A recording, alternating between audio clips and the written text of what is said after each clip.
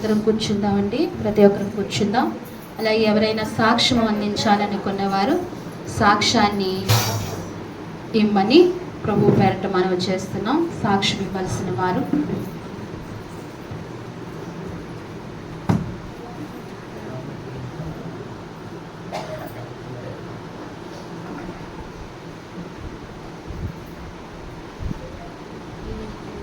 కలుగునుగాక. సాక్ష్యాలు లేవని భావిస్తూ ఆ సమయంలో దేవుని వాక్యాన్ని చూసుకుందామండి.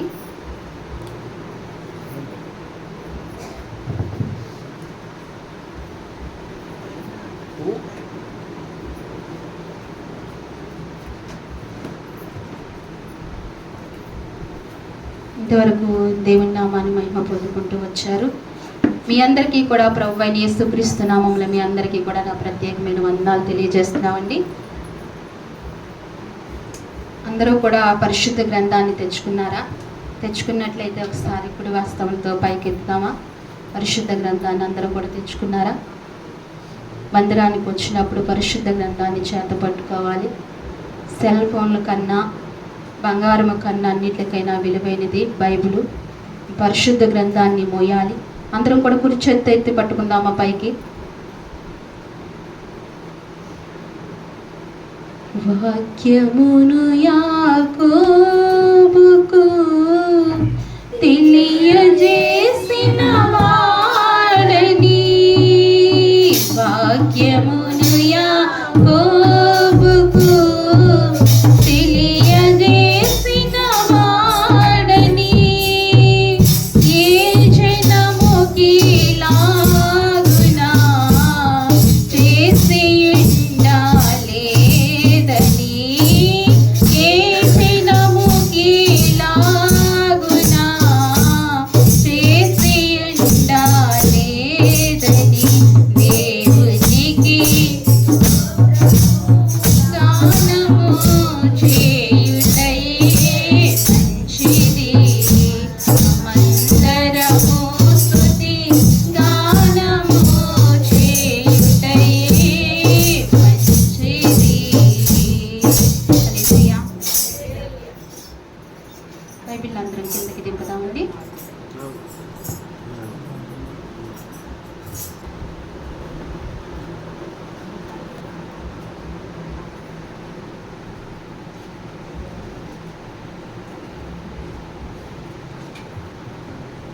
మరి వాక్యంలోనికి వెళ్ళే ముందు చిన్న మాట. ఒక ఇంటిలో అత్త కోడలు ఉన్నారంటండి. అయితే అత్త కోడలు ఉంటుంటే ఏమైనా సరే అత్తగారి మీద కక్ష తీర్చుకుందామని కోడలు ఏం చేసిందంటే, ఇద్దరు కాఫీ కలుపుకున్నారు. అత్తగారి కాఫీలో ఏం చేసిందంటే వాంటింగ్స్ ట్యాబ్లెట్లు వేసిందండి. వాంతులు కలిగే ట్యాబ్లెట్లు వేసిందండి. 2 కప్పులు ఒక ప్లేట్లోనే పెట్టుకుని ఏం చేసింది, అత్తగారి దగ్గరకు వెళ్తుందండి. ఏం చేసిందంటే మంచి కప్పు ఏమో తన వైపు పెట్టుకుంది, ఆ మందు కలిపిన కప్పు ఏమో అవతల వైపు పెట్టుకుందన్నమాట. గుర్తుగా పెట్టుకుంది. 2 సమానంగానే ఒకే కప్పులో సమానంగానే కాఫీ పోసింది. అప్పుడు మరి మారిపోతాయి కదా, మర్చిపోతాం కదా అని చెప్పి తన వైపుకు మంచిది పెట్టుకుంది, అత్తగారి వైపుకేమో కలిపింది పెట్టుకుంది. వెళ్ళిన తర్వాత ఈ లోపల తన వంటింట్లోంచి హాల్లోకి వెళ్ళే లోపల ఎవరో ఒక సారి పట్టుకుని వచ్చారండి. అప్పుడు ఏం చేయాలి, అదే ఆ ప్లేట్ ఏం చేయాలి, కింద పెట్టి వేరే ప్లేటు పట్టుకుని వెళ్ళాలి. అవి తీసుకుంది, వచ్చేసింది. మళ్ళీ అప్పుడు ఏమైంది, ఈ టీ ప్లేట్ పట్టుకుని అత్తగారి దగ్గరికి వెళ్ళినప్పటికీ తను మర్చిపోయింది, ఇందులో కలిపాను మర్చిపోయిందో మరి మర్చిపోలేదో తెలియదు. కానీ అత్తగారు ఏం చేసింది, మంచి కాఫీ తీసుకుందామే, ఈ పిల్లలు కలిపిన కాఫీ ఎవరికి వచ్చిందండి, కానీ తెలియకుండా ఇవి తాగేసింది. ఏమైందండి, తాగిన కానించి ఏమైంది, ఏం చేసింది ఆమె, ఎవరికి ఇవ్వాలనుకుంది, పాపం అత్తగారికి ఇవ్వాలనుకుంది, కానీ ఆ కాఫీ తనే తాగింది. ఇంకా అప్పటి నుంచి వాంతులు చేసుకోవడం మొదలుపెట్టింది అన్నమాట. ఒక 4-5 వాంతులు అయిన తర్వాత నన్ను హాస్పిటల్ తీసుకెళ్ళండి, వాంతులు పిల్లలు మింగేశానని చెప్పి తప్పు ఒప్పుకుంది. అలా జరిగింది. ఇది మాట గుర్తుపెట్టుకోండి. వాక్యం చూద్దాం. ఇది ఎందుకు చెప్పానని మీరు గుర్తుపెట్టుకోండి. కొలస్సీ రాసిన పత్రిక అధ్యాయము 3వ అధ్యాయం 25వ వచనం చూద్దాం చూడండి. అన్యాయము చేసిన వానికి తాను చేసిన అన్యాయము కొలది మరలా లభించును, పక్షపాతం ఉండదు. చిన్న ప్రార్థన చేసుకుందాం. పరిశుద్ధుడా, నీకు వందనాలు, స్తోత్రాలు తండ్రి. దివ్యమైన దేవానికి వందనాలు ప్రభా. ఈ మధ్యాహ్న కాల సమయంలో ఇంతవరకు తండ్రి అయ్యా మీరు మహిమ పొందుకున్నందుకే మీకు వందనాలు. చదవబడిన వాక్యాన్ని విరిచి మాకు వడ్డించండి. వాక్యము ద్వారా మీరు మాతో మాట్లాడండి, మమ్మల్ని బలపరచండి, మమ్మల్ని సరిచేయండి ప్రభా. నీ ఆత్మతో నడిపించండి తండ్రి నాయన. అలాగే నాయన సంపూర్ణంగా నన్ను నీ సిలువ చాటు మరుగుపరుచుకోండి. కొలత లేని ఆత్మతో మీరు ఎత్తి పట్టుకోండి ప్రభా. అయా మానవుడు బలహీనుడు ప్రభా. అయా నేనేమీ తెలియని దాన్ని ప్రభా. నీ ఆత్మతో మీరు నాయన ప్రభా నన్ను నింపి తండ్రి మీరే నాతో మాతో మాట్లాడి నీ వాక్కును నాయన ప్రభా ఈ స్థలమందు తండ్రి, ఈ సన్నిధిలో తండ్రి, ఈ దేవుని సహవాసములో నీ వాక్యమును దయచేయమని, నీ శక్తి కలిగిన మాటలు ప్రభా నైనా ఇక్కడ నైనా ప్రభా అయ్యా రావటానికి సహాయం చేయమని, అయ్యా వినగలిగిననైనా బుద్ధి మనస్సును ప్రభా గ్రహించగలిగిన ఆత్మను ప్రతి బిడ్డకు మీరు అనుగ్రహించమని, అయా ఓపుకతో నైనా శ్రద్ధగా తండ్రి వినగలిగిన అయా కృపనైన ఈ స్థలంలో కూర్చున్న ప్రతి వారికి దయచేయమని, వాక్యమును ఆటంకపరుస్తున్న దురాత్మ సమూహాలు అయా నజరేయుడైన యేసు నామములో వాటిని బంధించమని, నీ కృప సమృద్ధిగా దయచేయమని యేసుక్రీస్తు నామములో అడిగి వేడుకుంటున్నాము తండ్రి.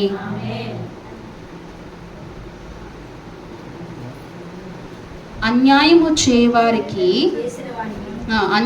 చేసిన వారికి తాను చేసిన అన్యాయము కొలది మరలా లభించును, పక్షపాతము ఉండదు. ఏంటంటే అన్యాయము చేసిన వారికి మరలా అన్యాయమే చేయబడుతుందంట. అన్యాయం చేసిన వారికి ఏం చేయబడుతుంది? అన్యాయమే చేయబడుతుందంట. న్యాయం చేసిన వారికి న్యాయం చేయబడుతుంది. అన్యాయం చేసిన వారికి ప్రస్తుతపు కాలంలో న్యాయంగా ఉండొచ్చేమో, కానీ దేవుడు ఎప్పటికైనా ఏం చేస్తాడంటండి? అన్యాయమునే చేస్తాడు. ఇందాక మనం చెప్పుకునేటట్టుగా ఆమె ఏం చేసిందండి? పాపం తన ఏదైనా పగ తీర్చుకోవాలనుకుంది, అన్యాయంగా పని చేసింది, తనకి ఏమొచ్చిందండి?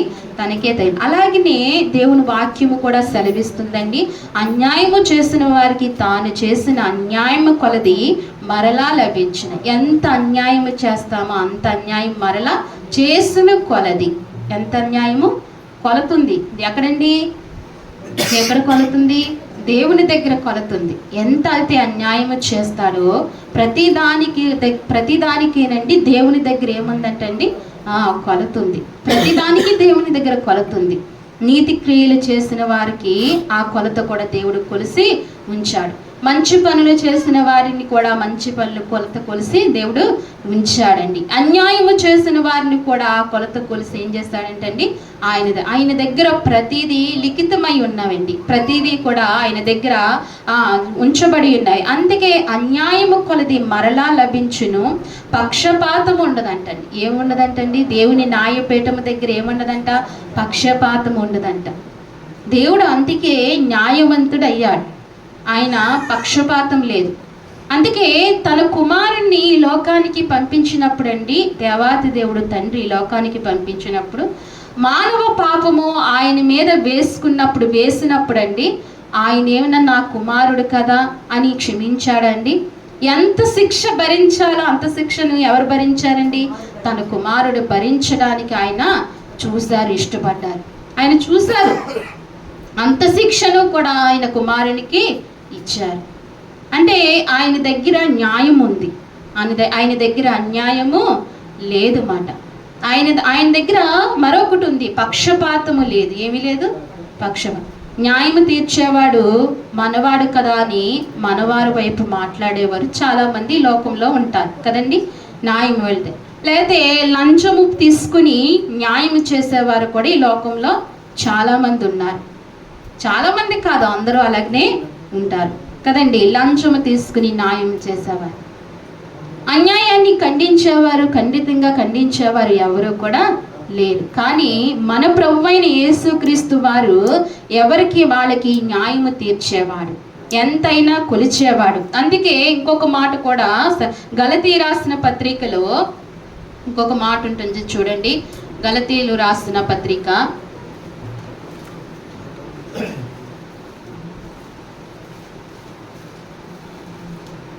6వ అధ్యాయము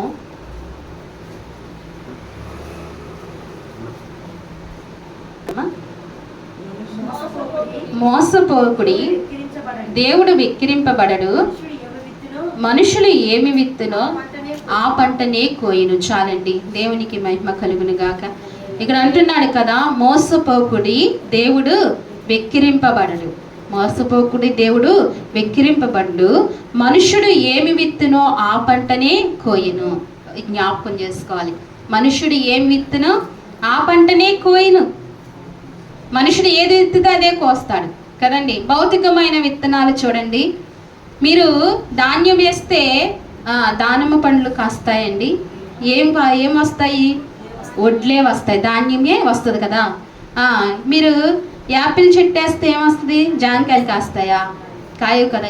ఏది వేస్తే అదే వస్తుంది. అలాగే మన క్రియలు కూడా అంటండి, ఏమి విత్తితే అవే వస్తాయంట. జాగ్రత్త జాగ్రత్త అండి. ఏమి విత్తితే అదే కోసుకోవాలి, అదే వస్తుంది. అందుకే మనుష్యుడు ఏమి విత్తితే ఆ పంటనే కోయును. మంచి విత్తితే మంచే కోస్తాడు, చెడ్డ విత్తితే చెడ్డే కోస్తాడు. అన్యాయం విత్తితే అన్యాయమనే తీర్పునే పొందుకుంటాడు. ఏది విత్తితే అదే. కోపమనే పంట విత్తితే కోపమే కోస్తాడు. ద్వేషం అనే పంటను విత్తితే ద్వేషమనే. హృదయం, అందుకే దేవుడు అంటున్నాడు, హృదయాన్ని చాలా భద్రపరచుకోవాలి. దేవుడు కొన్ని శక్తుల్ని మనకి ఇచ్చాడు, మనకు తెలియక మనం మామూలుగా ఉంటున్నాం. దేవుడు శక్తివంతుడా కాదా అండి? దేవుడు శక్తివంతుడు. ఆయన పిల్లలు కూడా శక్తివంతులు అవుతారా? అవరా? అవుతారు. మన హృదయంలో ఒక మంచి దేవుని మనస్సు కొంచెమైనా కలిగి ఉండాలి. ఈ లోకంలో జీవించినప్పుడు ప్రతి దానిని న్యాయముగా ఆలోచించేటట్టుగా మనం ప్రయత్నించాలి. అన్యాయం అనేది అసలు దేవునికి ఇష్టం ఉండదు. అందుకే అంటున్నాడు, ఏవి పంట కోస్తే ఆ పంట, ఏ పంట విత్తితే ఆ పంటనే కోస్తారని దేవుని వాక్యం చెప్తుంది. అందుకే తల్లిదండ్రులని అయిన వారిని ఏం చేయాలంటండి? బిడలైన వారు ఏం చేయాలి? గౌరవించాలి, సన్మానించాలి, వారిని చూడాలి. లేకపోతే ఈ 40 సంవత్సరాలు నీకు బాగానే ఉంటుంది, తర్వాత నీ గతి ఏంటి? తర్వాత నీ గతి ఏంటి? నీ స్థితి ఏంటి? ఆలోచించావా ఒకసారి? ఎవరికైనా ఏమొస్తుందండి? ఏ మనుషుడికైనా ఎన్ని కాలాలు ఉన్నాయి? బాల్యం ఉంది, తర్వాత యవ్వనం ఉంది, కౌమానం ఉంది, వృద్ధాప్యం ఉంది కదా. మానవుడికి ఎన్ని ఉన్నాయి? 4 ఉన్నాయి. అలాగే మానవుడికి ఎన్ని కాలాలండి? ఏం కాలాలు? ఈ కాలాలు అంటారా కదా.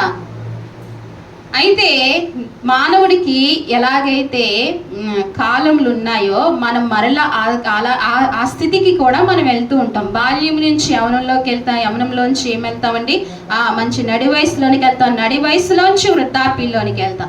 అందుకే మనం మర్చిపోకూడదు, ఏ స్థితిని కూడా మర్చిపోకూడదు. జ్ఞాపకం పెట్టుకోవాలి. మనం పెద్దల్ని చాలా గౌరవించాలి, మనకి ఇచ్చిన తల్లిదండ్రుల్ని గౌరవించాలి, బాగా చూసుకోవాలి, అది వాక్యము నెరవేర్చాలి. అలాగే ఇక్కడ అంటున్నాడు, ఈ మానవుడు ఏ పంట విత్తితే ఆ పంటనే ఏం చేస్తాడంటండి? ఆ పంటనే కోస్తాడంట. అలాగనే దేవుని వాక్యము చూద్దామా? ఎవరు ఏ పంట విత్తారు, ఎవరు ఏ పంట కోస్తారో దేవుని వాక్యాన్ని చూద్దాం. ఆది కాండము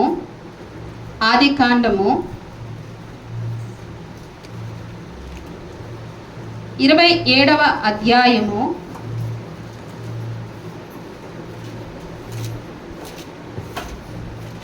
18వ వచనం చదవండి. అతడు తన తండ్రి యొద్దకు వచ్చి, నా తండ్రి అని పిలువగా, అతడు, ఏమి నా కుమారుడా, నీవు ఎవరమని అడిగెను. అందుకు యాకోబు, నేను ఏశావును అనెను, నీ జ్యేష్ఠ కుమారుడును, నీవు నాతో చెప్పిన ప్రకారము చేసి ఉన్నాను. నీవు నన్ను దీవించుటకై దయచేసి లేచి కూర్చుండి నేను వేటాడి తెచ్చిన దాన్ని తినుమనెను. అప్పుడు ఇస్సాకు, నా కుమారుడా, ఇంత శీఘ్రముగా అది నీకు ఎట్లు దొరుకును అనెను. అతడు నీ దేవుడైన యెహోవా నా ఎదుటికి దాన్ని రప్పించుట చేతనే అని చెప్పెను. అప్పుడు ఇస్సాకు, నా కుమారుడా, నీవు ఏశావా అనెను.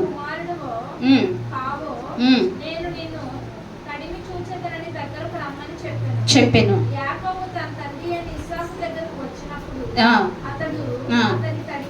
చూచి స్వరము యాకోబు స్వరము గాని చేతులు ఏశావు చేతులే అని. చాలండి, ఇక్కడ మనం యాకోబుని చూద్దామండి.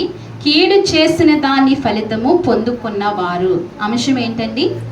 కీడు చేసిన దాన్ని ఫలితము పొందుకున్నవారు. అంశాన్ని గుర్తుపెట్టుకోండి. ఈ వాక్యం ఇంచుమించు 2-3 వారాలు కొనసాగించవచ్చు.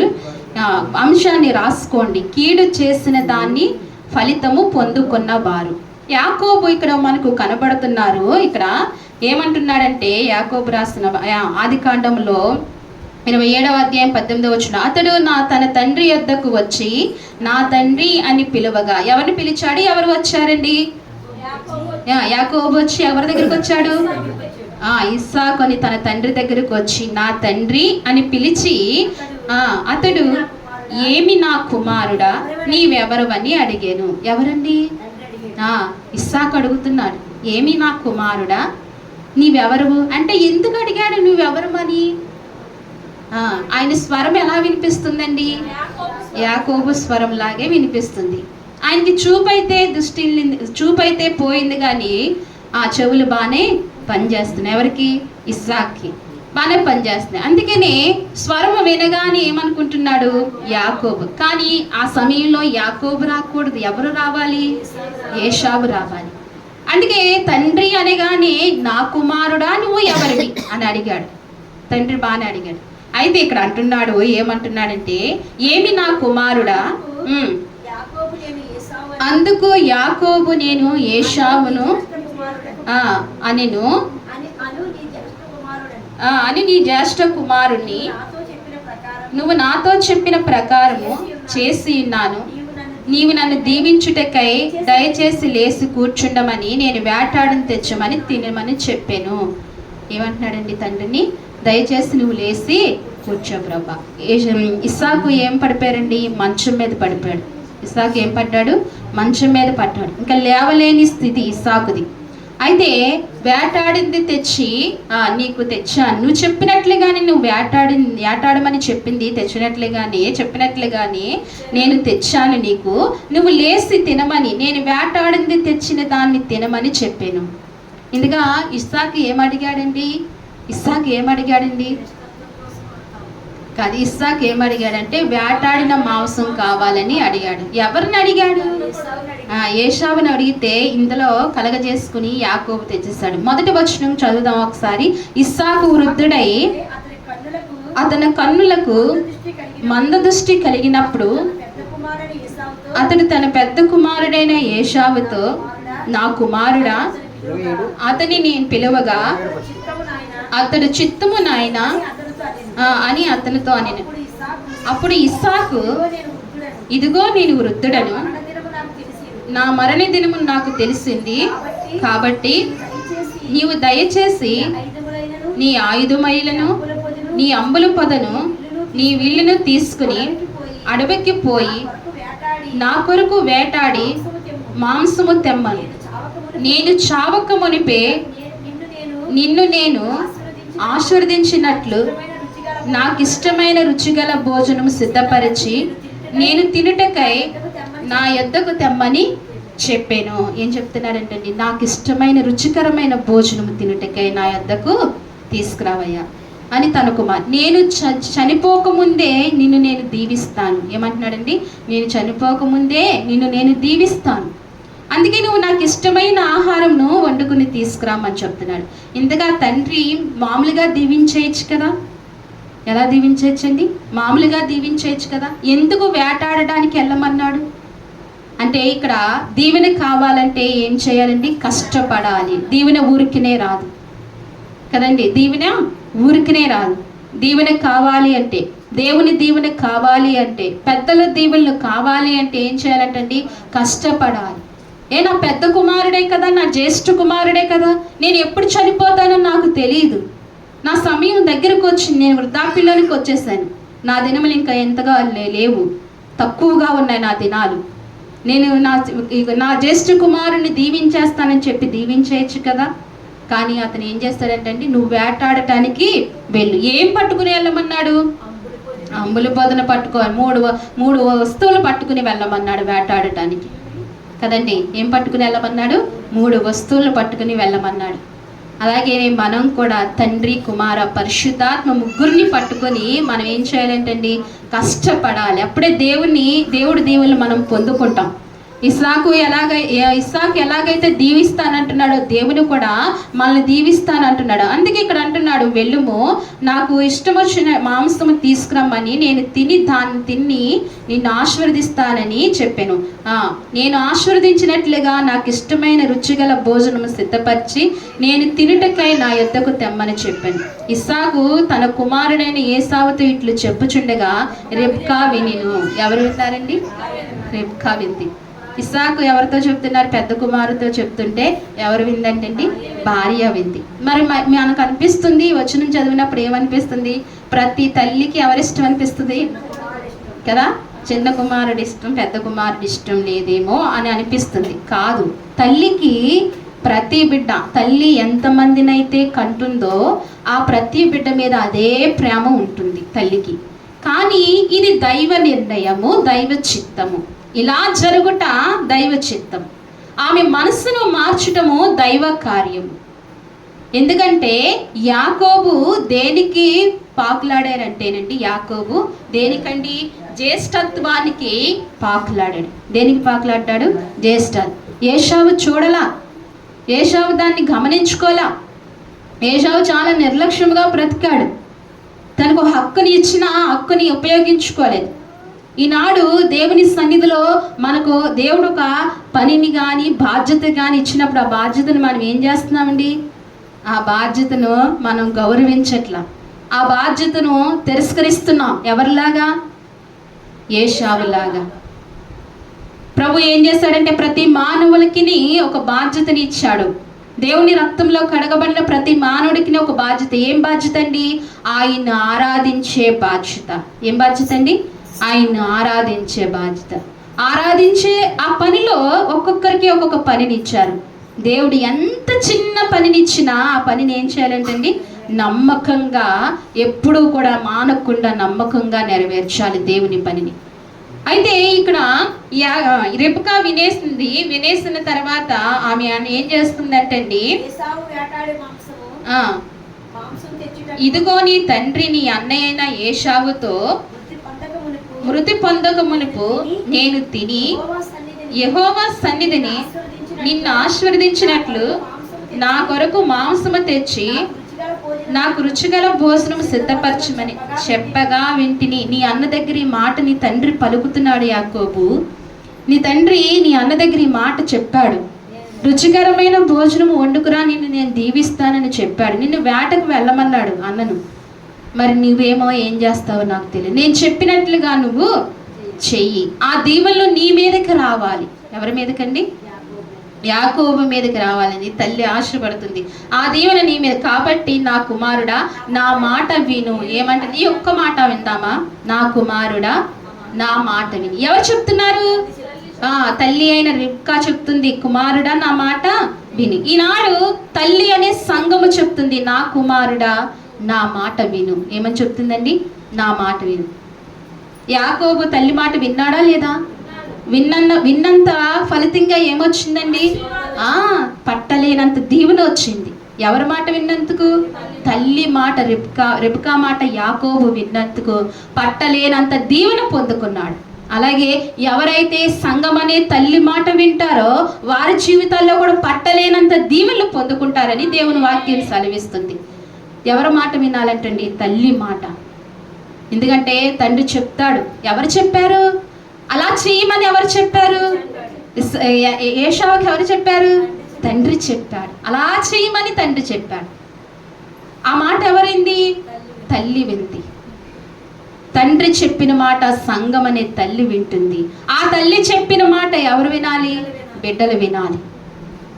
అప్పుడు ఏమవుతారంటే అండి, ఆశీర్వదింపబడతారు, అప్పుడు దీవించబడతారు. ఈ మెలుకులు తెలుసుకోకుండా, ఇవేమీ తెలుసుకోకుండా బ్రతికామనుకోండి, ఎవరు బ్రతుకులాగా అయిపోతుంది మన బ్రతుకు? ఏషావు బ్రతుకులాగా అయిపోతుంది. ఏషావు ఏం పట్టించుకోలా, ఏషావు ఏమీ పట్టించుకోలా. నేను వంశావళిలోనికి వెళ్ళాలి, ఆ పేరులో నా పేరు పేర్కొనాలి అని చెప్పి ఏం పట్టించుకోలా. ఉన్నతమైన పిలుపు కొరకు ఎదురు చూడలేదు. దేవుని చిత్తం ప్రకారంగా నేను ఉండాలి, దేవుని ఉద్దేశంలో ఉండాలని ఎదురు చూడలేదు. ఎవరు? ఏషావు. ఎప్పుడు చూసినా ఏం చేస్తాడండి? వేటాడటమే, ఈ లోక అరణ్యంలో తిరగటమే. అందుకని అవి పట్టించుకోలేదు కాబట్టి తన జీవితం అంతా ఏమైందండి? కష్టమే. అడవి పాలైపోయాడు, కష్టమైపోయింది. తనకి ఇంకా తనని దీవిస్తానికి, చివరికి తనని దీవిస్తానికి ఏమి లేవంటే తన దగ్గర తన తండ్రి దగ్గర దీవెనలు లేవు. దీవించబడవలసిన సమయంలో దీవించబడాలి అంటే ఎవరి మాట వినాలండి? తల్లి మాట, సంఘమని తల్లి మాట, తండ్రి చెప్పిన మాట, తల్లి మాట వినాలి, ఖచ్చితంగా వినాలి. ఈ మాట యాకోబుకి తల్లి తన సొంత నిర్ణయంగా చెప్పలేదండి. చెప్పిందా? తన సొంత ఉద్దేశాలు చెప్పలేదు. ఏమని చెప్పింది? తన తండ్రి చెప్పినట్లుగానే తన తల్లి యాకోబుకి చెప్పింది కదండి. అలాగనే ఎవరైనా సరే సంఘము దేవుని మాట విన్నప్పుడు ఖచ్చితంగా దీవింపబడతాం.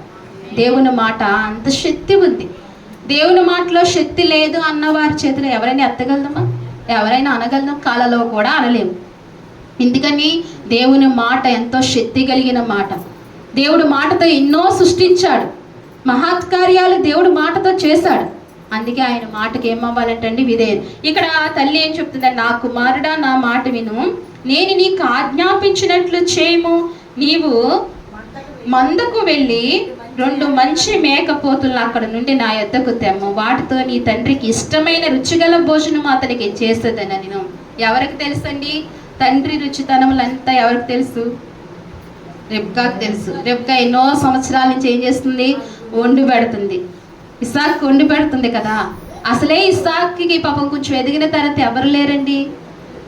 ఎవరు లేరు? ఇస్సాక్కి తల్లి లేదు. ఎవరు? శారా లేదు. ఎందుకు లేదు శారమ్మ? పాపం చాలా వృద్ధాప్యంలో కంది కదా. ఎవరినండి? ఇస్సాకుని. అందుకని తల్లి నివారించబడటానికి ఎవరు నడిపించాడండి? దేవుడు ఎవరిని నడిపించాడు? తల్లి బాధను నివారించడానికి రెబ్కాను నడిపించాడు కదా. తన భార్య రెబ్కాను దేవుడు నడిపించాడు. అప్పటి నుండి రెబ్కా ఏం చేస్తుంది? తను ఒక వంట చేస్తుంది, తన ఇష్టమైనవి కోరుకున్నవి వండి పెడుతుంది, తనకు అనుకూలంగా నడుస్తుంది. రెబ్కా అలా చేస్తుంది. అందుకే యాకోబుతో అంటుంది, నీ తండ్రికి ఇష్టమైన భోజనం నేను వండిపిస్తాను, నువ్వు మంద దగ్గరికి వెళ్ళి 2 మంచి మందని తీసుకురా, నేను నీ తండ్రికి మంచి ఇష్టమైన భోజనాన్ని సిద్ధపరుస్తానని చెప్పినప్పుడు, నీ తండ్రి ముద్దు పొందక ముందే అతడు వాటిని తిని నిన్ను ఆశీర్వదించినట్లు నీవు వాటిని నీ తండ్రి యొద్దకు తీసుకుని పోవాలను. అందుకు యాకోబు, నా సహోదరుడు ఏషావు రోమము గలవాడు, నేను నున్నని వాడును కదా. చాలండి. ఇక్కడ అంటున్నాడు, తల్లి అలా చెప్పగానే యాకోబు అంటున్నాడు, సరే అమ్మా నువ్వు చెప్పింది కరెక్టే, కానీ నా తండ్రి దగ్గరకు వెళ్ళగానే ఆయన స్వరాన్ని గమనిస్తాడు, ఆ తర్వాత నన్ను తడిమి చూస్తాడేమో. ఈ కుటుంబం చాలా తెలివిగా ఉందండి. ఈ కుటుంబాన్ని ఒకరిని చూస్తే గమనిస్తే చాలా తెలివిగా ఉంది. కుటుంబం ఎలా ఉందండి? చాలా తెలివిగా ఉంది. చాలా తెలివిగా, చాలా ముందడిగేసే కుటుంబంగా ఉంది. ఇస్సాకు ఒకరిని దీవిద్దాం అనుకుంటే తల్లి ఎవరిని దీవించిందండి? ఆ చిన్న కొడుకుని దీవించేటట్టుగా చేసింది. ఆ చిన్న కొడుకు అంటున్నాడు, నేనేమో నున్నని వాడును. ఏమంటున్నాడు? ఎందుకు నున్నగా ఉండడు? ఎక్కడుంటాడు? ఎప్పుడు చూసినా ఎక్కడుంటాడండి? ఇంట్లోనే ఉంటాడు, నీడ పట్టునుంటాడు, ఇంట్లోనే ఉంటాడు. నేను నున్నని వాడును కదా. నా అన్నేమో రోమములు కలిగిన వాడు. ఏం కలిగిన వాడు? ఏషావు శరీరం అంతా రోమములతో ఒత్తు రోమములు కలిగి ఉండేవాడంట. తన చేతులు, మెడ అంతా కూడా వాళ్ళంతా రోమములు కలిగిన వాడంట. అయితే నేను నున్నవాడును, నా తండ్రి నన్ను తడిమి చూస్తే అర్థమైపోతుందేమో అంటే కొంచెం కిందకి చదివితే, ఒకవేళ నా తండ్రి నన్ను తడిమి చూచిన అప్పుడు నేను అతని దృష్టికి వంచకుడుగా తోచిన ఎడల నా మీదకు శాపమే గాని ఆశీర్వాదం తెచ్చుకొనని చెప్పాను. తల్లికి చెప్తున్నాడు, నేను ఒకవేళ మోసం చేస్తే నా తండ్రి దృష్టిలో నేను ఏమవుతాను? వంచకుడినవుతాను, నేను మోసం చేసిన వాడిని అవుతాను. యాకోబుకి తెలుసు అది మోసమని తెలుసు. నేను మోసం చేసిన వాడిని అవుతాను, నా తండ్రి దృష్టిలో నేను వంచుకుని అవుతానేమో. ఒకవేళ నా తండ్రి అలా గమనించేసిన తర్వాత ఆశీర్వదించడం బదులు శపిస్తాడేమో, నాకు శాపములు వస్తాయేమో అని వివరంగా ఎవరికి చెప్పాడండి? తల్లి. అయినా తల్లి ఏం చేసింది? లేదు లేదు లేదు, అయినను అతని తల్లి, నా కుమారుడా ఆ శాపము నా మీదకు వచ్చునుగాక. అబ్బా, తల్లి చూడండి, తల్లి ఏమంటుందండి? ఆ శాపము నా మీదకు వచ్చునుగాక. ఈనాడు సంఘంలో అనేకమైన పను కార్యాలు చేస్తున్నప్పుడు తల్లి ఏమి ఏడుస్తుందో తెలుసా?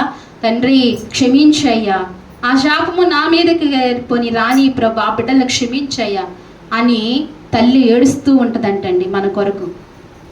సంఘంలో మన కొరకు ఎలా ఏడుస్తుందంటండి? అలా ఏడుస్తుందంటండి. బిడ్డల కొరకు అలా ఏడుస్తుందంట. తెలియకుండానే బిడ్డలను అమితంగా ప్రేమిస్తూ ఉంటుందట.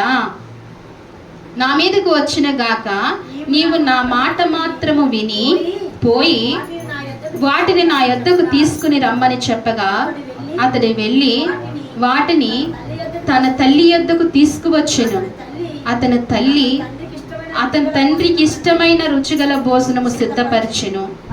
మరియు తన జ్యేష్ఠ కుమారుడకు ఏసావునకు సొగసైన వస్త్రములు ఇంట తన వద్ద ఉండును గనక రెబ్కా వాటిని తీసి తన చిన్న కుమారుడైన యాకోబును తొడిగించి ఆ మేకపిల్ల చర్మం అతని చేతుల మీద అతని మెడ మీద కప్పి తన సిద్ధపరిచిన రుచిగల భోజనమును రొట్టెను తన కుమారుడైన యాకోబు చేతికి ఇయ్యగా, ఇప్పుడు మనం ఇందాక చదువుకున్నది, అతడు తన తండ్రి యొద్దకు తీసుకొచ్చాడు. తల్లి ఏం చేసిందంటండి? త్వరితంగా మేకను సిద్ధపరిచింది. ఆ మేక తోలును పాడేయకుండా ఎక్కడ కప్పింది? చేతుల మీద, మెడ మీద వేసిందంటండి. వేసి ఏశావుకున్న సువాసన కలిగిన వస్త్రములు ఒక జత తల్లి దగ్గర ఉన్నాయి. ఎవరి దగ్గర ఉన్నాయి? తల్లి దగ్గర ఉన్నాయి. ఆ వస్త్రములు ధరింప చేసింది. ఎందుకంటే చూడండి, ఏశావు ఎంత జ్ఞానంగా ఉన్నాడు. వస్త్రములు వాసన కూడా కనిపెడతాడని ఎవరికి తెలిసింది? రిబ్కాకు తెలిసింది, భార్యకు తెలిసింది. ఏ వాసన అంటే చిన్న కొడుకు వాసన ఏంటో, పెద్ద కొడుకు వాసన ఏంటో ఎవరికి తెలుసు అంటండి? తండ్రికి తెలుసు. అది కూడా గమనిస్తాడేమో. రిబ్కా ఎంత తెలివిగల స్త్రీయో చూడండి. మనం అనేక మార్లు వివాహ కార్యక్రమాల్లో రిబ్కా కొరకు విన్నప్పుడు ఏం వింటామంటండి? చక్కనిది, సుందరమైనది అని వింటూ ఉంటాం కదా. కానీ వాక్యము సెలవిస్తుంది ఆమె చాలా తెలివి కలిగినది. ఎవరండి? రిబ్కా చాలా తెలివి కలిగినది. ఆమె ఏం చేసిందంటే తండ్రి ఎక్కడ తడుముతాడో తెలుసు ఆవిడికి అని ముందుగానే మెడ మీద, చేతుల మీద ఆ తండ్రి తడిమే స్థలంలో యాకోబును మేకబొచ్చుతో ఏం చేసిందండి? కప్పింది. అలాగనే ఏశావు వస్త్రాలను కూడా ధరింప చేసింది. అతను ఎలా ఉంటాడో పంపించేయలేదు ఆహారం ఇచ్చి. ఎంత కష్టమో ఏం పొందుకోవడానికి? ఆశీర్వాదాలు పొందుకోవడానికి ఇంత ప్రయత్నించాలి, ఇంత కష్టపడాలి. ఊరికే వచ్చేవు. చాలామంది ఫోన్ చేసేమంటారు తెలుసా? మా కొరకు ప్రార్థన చేయండి అమ్మ, మేము దీవించబడాలి. ప్రార్థన చేయమని ఫోన్ చేస్తారు కానీ వారు ఎక్కడికి రారు, వారి మందిరానికి రారు. ఏం చేయాలంట? వారి కొరకు ప్రార్థన చేయాలి, వారు దీవించబడిపోవాలి, వాళ్ళు ఆశీర్వదింపబడాలి. వాళ్ళ మట్టికి ప్రభు కొరకు ఏమీ చేయరు. మనం అనుకుంటాం ఆదివారం ఆరాధనకు వస్తే ప్రభు గురించి ఏమో అనుకుంటాం. ప్రభు గురించా అండి? ఆదివారం ఆరాధనకు వస్తే ప్రభువు గురించా అంటే మనం ఇచ్చే 50 రూపాయలు, లేకపోతే మనం ఇచ్చే 100 రూపాయలు, లేకపోతే మనం ఇచ్చే 2000, 5000, లేకపోతే మనం ఇచ్చే 5 రూపాయలు ప్రభువుకి కావాలా? ఏం కావాలండి? ఏం కావాలి ప్రభువుకి? మన హృదయాన్ని, మన సమయాన్ని, మన ఆత్మతో సత్యంతో ఆరాధించే హృదయం ఆయనకు కావాలంటున్నాడు. కానీ చాలామంది ఏమనుకుంటారంటే మనం మందిరానికి వెళ్ళపోతే వాళ్ళకి నష్టం కాబట్టి చాలాసార్లు ఫోన్ చేసి రమ్మంటారు అని ఆలోచన కదా.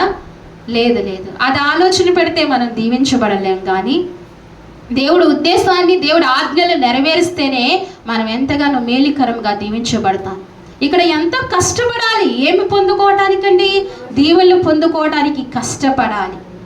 నిన్నేదో కష్టపెట్టాలని దేవుని ఉద్దేశం కాదు, నిన్నేదో ప్రయాసపరచాలని దేవుని ఉద్దేశం కాదు. నువ్వు నలిగితే, నువ్వు కష్టపడితే కనుక దేవుడు నిన్ను నిండారుగా ఆశీర్వదిస్తాడు. దేని కొరకు? ఏశావులాగా అరణ్యంలో, లోకారణ్యంలో కష్టపడటం కాదు. ఎక్కడ కష్టపడాలండి? యాకోబులాగా దేవుని ఇంటిలో కష్టపడాలి. ఎక్కడ కష్టపడాలండి? దేవుని ఇంటిలో కష్టపడాలి. మనలో ప్రతి వారము ఎక్కడ కష్టపడుతున్నామో తెలుసండి? ఈ లోక అరణ్యంలో కష్టపడుతున్నాం ఏశావులాగా. అందుకే నిజమైన దీవెనలు పొందుకోలేకపోతున్నాం. ఎప్పుడు చూడండి మనకు సమయం లేదు, నాకు పని ఉంది అని చెప్పేవారమే కదా. ఈ సమయం 3 గంటలు దేవునికి ఇచ్చేస్తే అక్కడ నా యజమానుడు తిడతాడు, లేకపోతే నా పని ఆగిపోతుంది అనుకునే వారం ఏశావులాగా ఈ లోకారణ్యంలో పరిగెట్టేవారముగానే ఉన్నాం. యాకోబులాగా దేవుని ఇంట్లో కష్టపడి దేవుని పని చేసేవారముగా, ఒక్కరోజు కూడా దేవుని కొరకు సమర్పించుకునే వారంగా మనం లేకపోతున్నాం. అందుకే ఇక్కడ అంటున్నాడు, చాలా కష్టపడాలి దీవించబడటానికి. తల్లి ఏం చేసిందంటండి? అవన్నీ కప్పి పెద్ద కుమారుడు వస్త్రాన్ని ధరింపచేసి ఏం చేసిందంటండి? తన యొద్దకు ఉండినగాక రెబ్కా వాటిని తీసి తన చిన్న కుమారుడికి యాకోబుకు తొడిగించి ఆ మేకపిల్ల చర్మముతో అతని చేతులు, అతని మెడ మీద మునుపు భాగాన కప్పి తాను సిద్ధపరిచిన రుచిగల భోజనమును, అంటే రెబ్కా మంచిగా వంట చేస్తుంది. ఏం చేస్తుందండి? ఇక్కడ రుచిగా వంట చేసేవారు ఎవరున్నారు? అందరూ ఉన్నారు కదండి. అందరూ బాగా చేస్తారు కదా. రెబ్కా కూడా ఏం చేస్తుందండి? ఈనాడు చాలామంది ఎవరిని పిల్లలు అడిగితే మాకేమి రాదంటున్నారు, వంట రాదంటున్నారు. చాలామంది ఏం చేయరు? వంట చేయరు. ఈ రోజుల్లో చాలామంది చాలా అజ్ఞానంగా బ్రతుకుతున్నారండి. ఏం చేయరు? వంట చేయకుండా, అత్తవారింటికి వెళ్ళిన తర్వాత వంట చేయకుండా ఏం పెట్టుకోవాలంటండి? ఆర్డర్ పెట్టుకుని ప్యాకెట్లు తెప్పించుకుంటారు. మొన్ననే ఈ మధ్యన నేను ఒక మాట విన్నాను, వంట చేయటం రాకంటండి ఏం తీసుకుందంటండి? విడాకులు తీసుకుందంట. ఎంత అజ్ఞానంగా ఉందో చూడండి లోకం. ఏం తీసుకుందంటండి? ఎందుకంటే అత్తవారంట వండమని చెప్తున్నారంట, ఇంకేమి రాదు, వంట రాదు. మేము అక్కడ ఆర్డర్లు పెట్టుకుంటాం, ఇక్కడ కూడా అలాగనే పెట్టుకుని ఇంకా అక్కడ నుంచి ఏమొచ్చినాయి? గొడవలు వచ్చినాయి, ఏమొచ్చినాయి? విడాకులు వచ్చినాయి. ఎవరికి ఏది నేర్పించాలో అది నేర్పించాలి కుటుంబంలో. ఎవరు ఏది నేర్చుకోవాలో అది నేర్చుకోవాలి. రిబ్కా ఏం చేసిందంటండి? రుచిగల వంట చేసిందండి. శారమ్మ కూడా అంతే. చాలా మందికి పనివారికి వండి పెట్టిందండి శారమ్మ. ఆ ఓపిక ఉండాలి, చాలా ఓపిక ఉండాలి. ఎవరికైనా వండి పెట్టే ఓపిక ఉండాలి, సహనం ఉండాలి. అది దేవుడు స్త్రీలకు ఇచ్చిన ఆశీర్వాదమే అనుకోవాలి, లేకపోతే దీవెనే అనుకోవాలి. ఆ గొప్ప ఘనతను కనపడి ఇంత రెబ్కా ఏం చేసిందంటండి? రుచిగా నా భోజనాన్ని సిద్ధపరిచి ఎక్కడికి పంపించింది? తన కుమారుడని యాకోబు చేతికి అతడు తన తండ్రి యొద్దకు వచ్చి, నా కుమారుడా, నా తండ్రి అని అతడు ఏమి నా కుమారుడా, నీవు ఎవరవని అడిగిన. అందుకు యాకోబు ఏశావుని అని నీ జ్యేష్ఠ కుమారుడిని అంటున్నాడు. ఏం కుమారుడిని అంటండి? వాస్తవంగా యాకోబు ఎవరు? చిన్నాడు కదా. ఇప్పుడు ఏమంటున్నాడు? జ్యేష్ఠ కుమారుడు అంటున్నాడు. కానీ యాకోబు ఎక్కడికి వచ్చేసాడండి? జ్యేష్ఠుల పేర్లలోనికి వచ్చేసాడు. ఎక్కడికి వచ్చాడు? అప్పటికే వచ్చేసాడు. అప్పటికే ఏం చేశాడు? అప్పటికే తన అన్నను ఏం చేశాడు? తన అన్నను మోసం చేశాడు. ఒక కలగూర వంటతో, చిక్కుడికాయ కూరతో ఏం చేశాడండి? తన జ్యేష్ఠత్వాన్ని కొనుక్కున్నాడు. యాకోబు ఏం చేశాడు? కొనుక్కున్నాడు. తన అన్నను మోసం చేశాడు. ఇప్పుడు ఎవరిని మోసం చేస్తున్నాడు? తన తండ్రిని మోసం చేస్తున్నాడు. అప్పటికే జ్యేష్ఠత్వం కొనేశాడు కాబట్టి ఈ మాట ఈజీగా తండ్రి దగ్గర అనగలిగాడు. నీ జ్యేష్ఠ కుమారుణ్ణి అంటున్నాడు. ఏమంటున్నాడండి? నీ జ్యేష్ఠ కుమారుని అంటున్నాడు. అంటూ నీవు నాతో చెప్పిన ప్రకారము చేయుచున్నాను, నువ్వు నన్ను దీవించుటకై దయచేసి లేసి కూర్చుండి నేను వేటాడి తెచ్చిన దాన్ని తినమని. అప్పుడు ఇస్సాకు, నా కుమారుడా, ఇంత శీఘ్రముగా అది నీకు ఎట్లు దొరుకును? ఇస్సాకుకి తెలుసండి, అది ఇంత తొందరగా వేటాడి తేవడం, వండటం కష్టమని తెలుసు. ఇంటికాడ పక్క మందకి వెళ్ళి తెచ్చేసాడు. అమ్మ వండేసింది త్వరితంగా. కానీ ఇస్సాకు ఆ సమయము తెలుసు, వేటాడుకునే. ఎందుకంటే అంతకుముందు ఏశావు చాలా వేటాడి ఎవరికి తెచ్చాడండి? తండ్రికి తెచ్చాడు, కుటుంబానికి తెచ్చాడు. వేటాడిన మాంసం తెచ్చి పెట్టాడు. వాళ్ళకి తెలుసు ఎంత టైం పడుతుందో. ఇంత శీఘ్రంగా ఎలా తెచ్చేసావు నాయనా అని అంటుంటే అప్పుడు అంటున్నాడు మరలా ఏమన్నా, నీ తండ్రి అయిన దేవుడు నా దగ్గరకు రప్పించాడు. నీ తండ్రి అయిన దేవుడు ఎవరి తండ్రి అండి? ఇస్సాకు తండ్రి అయిన దేవుడు నా ఎదుటకు రప్పించు. ఎందుకంటే నువ్వు అడిగావు కదా, అందుకే నీ తండ్రి అయిన దేవుడు నా యొద్దకు పంపించాడని చెప్తూ, ఇస్సాకు నా కుమారుడా, నువ్వు ఏశావు నా కుమారుడవో కావు, నిన్ను తడిమి చూచుకున్నాను, దగ్గరికి రమ్మని చెప్పాను. అంతకు ముందే తల్లి ఏం చేసింది? నీ తండ్రి తడిమి చూస్తాడు. చూడండి, అంటే తల్లి ఆలోచన తండ్రి ఆలోచన ఒకలాగా. ఎంత తెలివైన వారు ఆ కుటుంబం చూడండి, ఎంత తెలివైన కుటుంబమో చూడండి. తడివి చూస్తాంట్రా నీ స్వరమేమో యాకోబుల పాట కూడా ఉంది కదా. ఏం పాట అండి? బాగుంటుంది కదా ఆ పాట. స్వరము చూస్తే యాకోబు, తడిము చూస్తే ఏశావు అనే పాట ఉంటుంది, చాలా బాగుంటుంది ఆ పాట. ఇక్కడ తడివి చూస్తాను రా అని చెప్పి, నా దగ్గరకు రా అని చెప్పినప్పుడు యాకోబు తన తండ్రి అయిన ఇస్సాకు దగ్గరకు వచ్చినప్పుడు అతడు తడిమి చూచి, స్వరము యాకోబు, స్వరము గాని చేతులు ఏశావు చేతులే అనెను. యాకోబు చేతులు అతని అన్నయ్యని ఏశావు చేతులు రాము కలిగినందున ఇస్సాకును అతను గుర్తుపట్టలేక అతన్ని దీవించేశాడు. ఏం చేశాడండి? తడిమేసి ఆ రామములు చూసి తడిమేసి ఏం చేశాడండి? ఇస్సాకుకు, పాపం ఇస్సాకుకు దృష్టి కనపడలేదు. ఏం చేశాడు? దీవించేశాడు. దీవించేసిన తర్వాత ఇదంతా అయిపోయిన తర్వాత 27వ వచనం చూద్దాం. చూడండి, అతడు దగ్గరికి వచ్చి అతన్ని ముద్దు పెట్టుకుని, అప్పుడు అతని వస్త్రము వాసన చూచి అతన్ని దీవించి ఇట్లా, నేను ఇదిగో నా కుమారుడు సువాసన, యెహోవా దీవించిన సేను సువాసన వలె ఉన్నది. చాలండి. ఇక్కడ ఏంటండి? ఏశావు బట్టలు ఎలాగున్నాయంటండి? యెహోవా దీవించిన సేను సువాసన లాగుంది. అంటే అతను పని చేస్తాడు. ఎవరు? ఏశావు. అతని దేవుడు దీవించాడంట, ఆ సువాసన అంట. ఇప్పుడు యాకోబు తొడుక్కున్న వస్త్రం ఎవరిది? ఏశావుది. చూసారా ఏం గమనించాడండి? వాసన, వస్త్రం వాసన. దీవించేటప్పుడు ఇవన్నీ గమనిస్తారు. దేవాతి దేవుడు కూడా నిన్ను దీవించేటప్పుడు నీ అంతరంగాన్ని గమనిస్తాడు. నీ అంతరంగమును ఏ ఉందో అది కూడా గమనిస్తాడు. అలాగే నీ రక్షణ వస్త్రాన్ని, సువాసన గమనిస్తాడు. ఏం గమనిస్తాడంటండి? యెహోవా ఇచ్చాడు. ఏమిచ్చాడు? యెహోవా ఏశావుకి ఏమిచ్చాడంటే భూమి సార సువాసన ఇచ్చాడంట. వ్యవసాయం చేసినప్పుడు ఆ అందుకే నీకు రక్షణనే వస్త్రం ఇచ్చిన దేవాతి దేవుడు నీకు ఏ రక్షణనే వస్త్ర సువాసన ఇచ్చాడో నిన్ను దీవించేటప్పుడు కూడా గమనించి దేవుడు దీవిస్తాడు.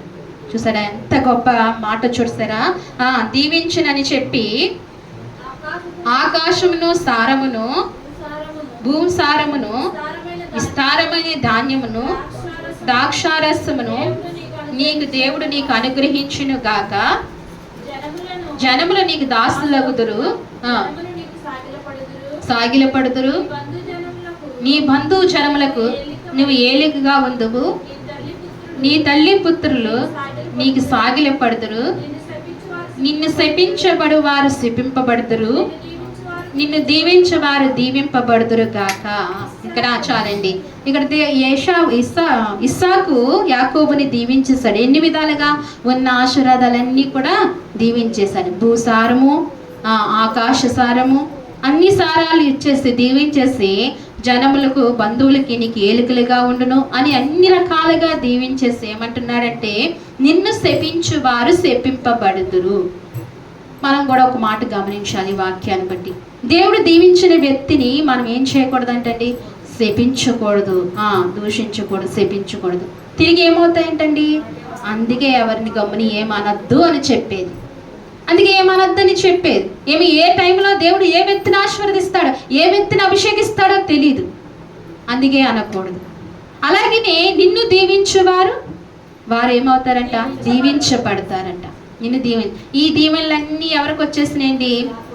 యాకోబుకి వచ్చేసినాయి. అలాగే 35వ వచనం కూడా చదువుతారా? వచనము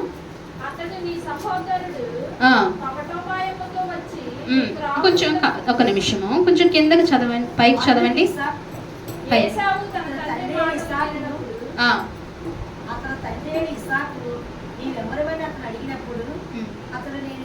అమ్మా ఒక నిమిషం, పైకి 30 వచ్చిన కానీ చదివేస్తారా?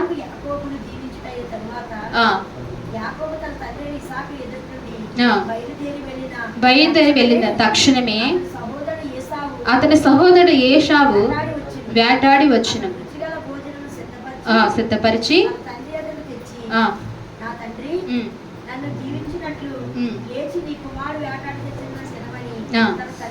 తన తండ్రి తన్ను. మళ్ళీ ఈ మాట ఎవరంటున్నారు? తన తమ్ముడు యాకోబు ఎలాగైతే పలికాడు అదే మాట ఎవరు పలుకుతున్నారు? ఏశావు కూడా పలుకుతున్నాడు. తండ్రి, నేను వేటాడి తెచ్చిన మాంసం రుచికల భోజనము తిను, లేచి తిని నన్ను ఏమి చేయమంటున్నాడు? దీవించమని. యాకోబు ఎలాగైతే చెప్పాడు ఏశావు కూడా అలాగే చెప్తున్నాడు.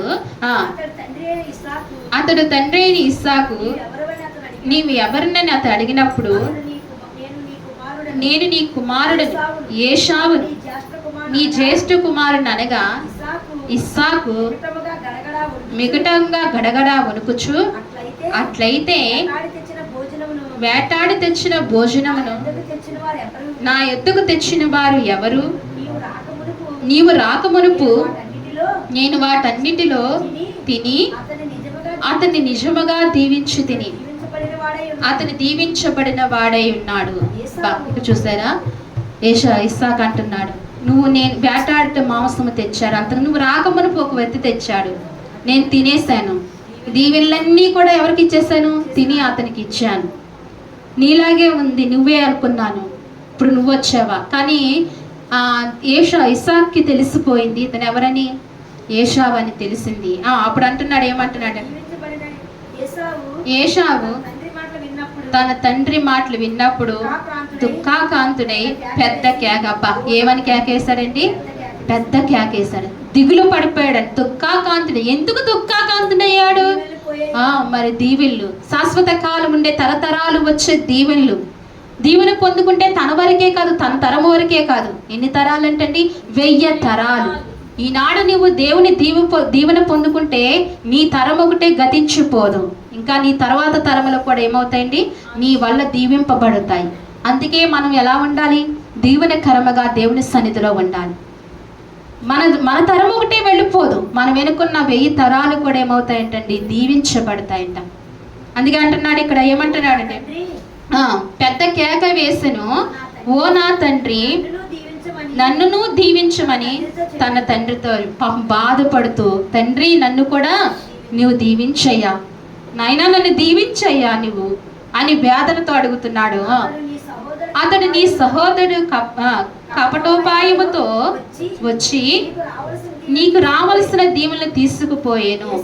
ఏం పోయినట్టండి? నీకు రావాల్సిన దీవెనలన్నీ అతను తీసుకెళ్ళి, ఇంకేమీ లేవనుకుంటూ ఏశావు యాకోబు అను పేరు సరైనదే అని చెప్పాను.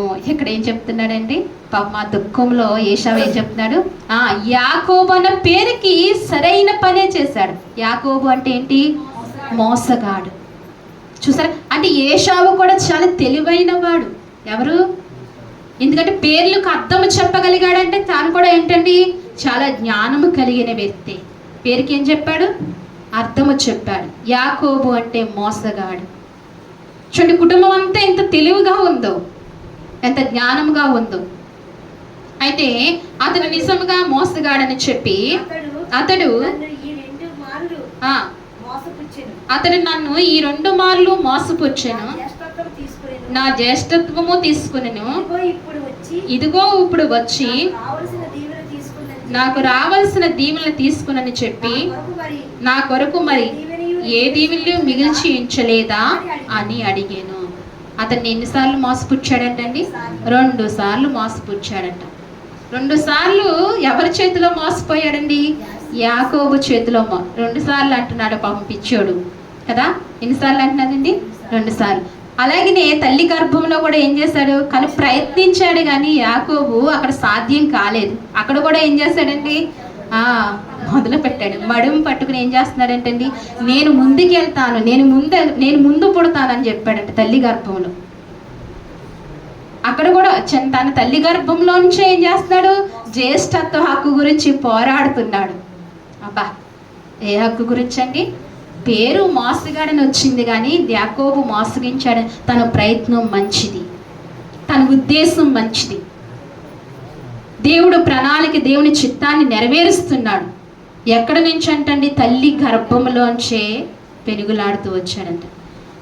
అప్పటి నుంచి పెనుగులాడుతూ తనకు అవకాశం ఎక్కడ ఉంటుందో దాన్ని చూసి ఎక్కడ కోల్పోయాడండి తన అవకాశాన్ని, చిక్కుడికాయ కొరకు ఏమైపోయాడండి, వదిలేసుకున్నాడు. ఈ లోకపు తిండి చాలా మోసం చేస్తుంది మనుషుల్ని. ఏం చేస్తుందండి, జాగ్రత్తగా ఉండాలి. దేని కొరకు?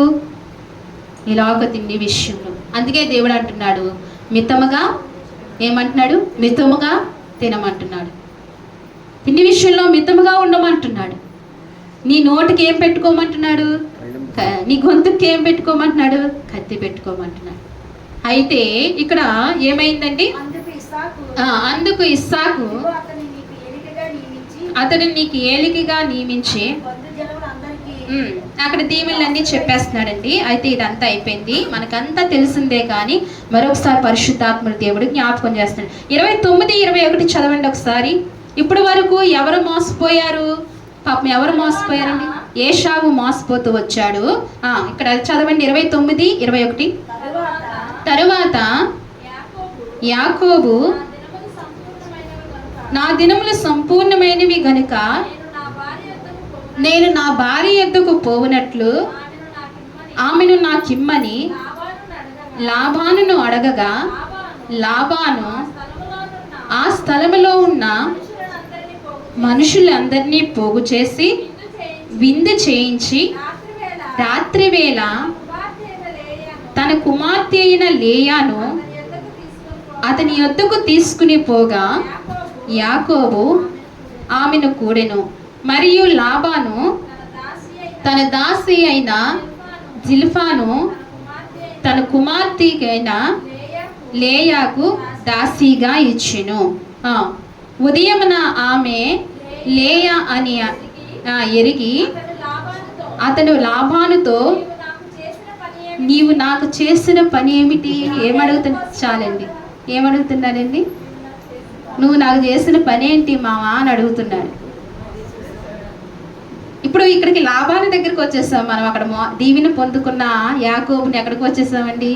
ఇందులో ఏం జరిగింది, యాకోబు ఆ దీవులను పట్టుకుని ఎక్కడికి వచ్చి తల్లి మళ్ళీ చెప్పింది. తల్లి ఏమని చెప్పింది, నీ అన్న చాలా పగతో ఉన్నాడు. ఏమని చెప్పింది, నీ అన్న చాలా పగతో ఉన్నాడు, నువ్వు కనిపిస్తే 2 ముక్కలు చేసేస్తాడు. నువ్వు దయచేసి నా అన్న అయినా నీ మామ అయినా లాబాను ఇంటికి వెళ్ళు. మళ్ళీ ఇస్సాకు కూడా పిలిచి తల్లిదండ్రులు మళ్ళీ దీవించి ఏం చేస్తారండి, పంపిస్తారు. అక్కడ రెబ్కా అంటది, ఇస్సాకుని పంపిస్తారు. ఇస్సాకు కలిపి కూడా రెబ్కా కూడా కలిపి ఇద్దరు కూడా ఎక్కడికి పంపిస్తారండి, లాబాను వద్దకు పంపిస్తారు. మధ్యలో ఇంకా మరలా దేవుడి దర్శనం కూడా చూసినట్లుగా మనకు కనపడుతుంది.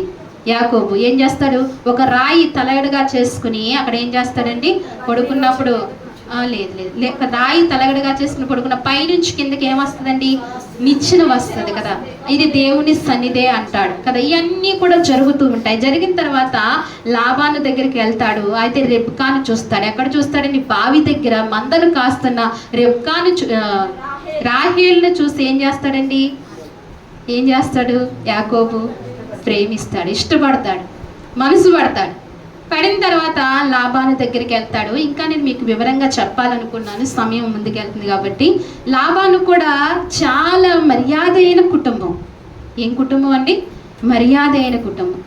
నా సహోదరి అయిన కుమారుడువా నువ్వు అని ఏం చేశాడండి, పరిగెత్తుకుంటూ వచ్చాడంట. ఏం చేశాడండి, ఇది వరకు బంధువుల ప్రేమలు అలా ఉండే, ఇప్పుడు వస్తుందా ఏ బాబు ఎలా అనుకుంటారండి, వస్తుందా మెట్లెక్కుతుంటే వస్తుందా ఇప్పుడు వచ్చేస్తుందా అనుకుంటాం. ఇదివరకు ఎలా ఉండేదండి ప్రేమ.